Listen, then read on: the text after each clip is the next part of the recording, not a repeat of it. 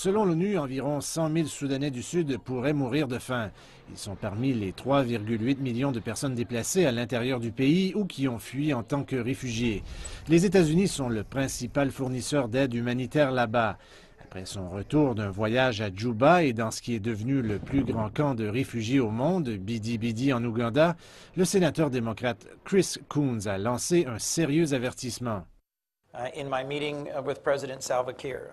Lors de ma rencontre avec le président Salva Kiir, je lui ai dit avec force qu'il sous-estime peut-être l'attitude de l'administration Trump, qui a proposé des coupures dramatiques dans l'aide humanitaire, des réductions auxquelles j'ai l'intention de m'opposer.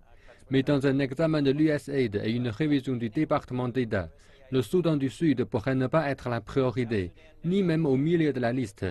Il se peut qu'il soit au bas de la liste des pays qu'il faut continuer à aider si les choses continuent de se dérouler de cette façon. M. Coons et le sénateur républicain Bob Corker, le chef du comité des relations extérieures du Sénat, ont été tellement émus par l'ampleur de la tragédie qui s'est déroulée qu'ils ont exhorté le Congrès à investir plus de 1 milliard de dollars pour combattre la famine au Soudan du Sud, au Nigeria, en Somalie et au Yémen.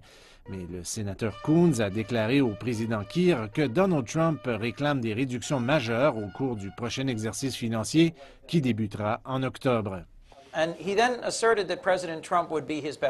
il a ensuite affirmé que le président Trump serait son meilleur ami et qu'il trouverait maintenant un proche allié et un partisan en notre nouveau président.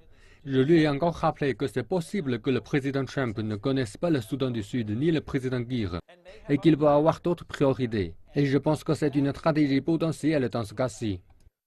Le sénateur Coons demande à Salva Kiir de commencer un dialogue national significatif avec les groupes d'opposition et de mettre fin à la pratique du blocage des convois d'aide.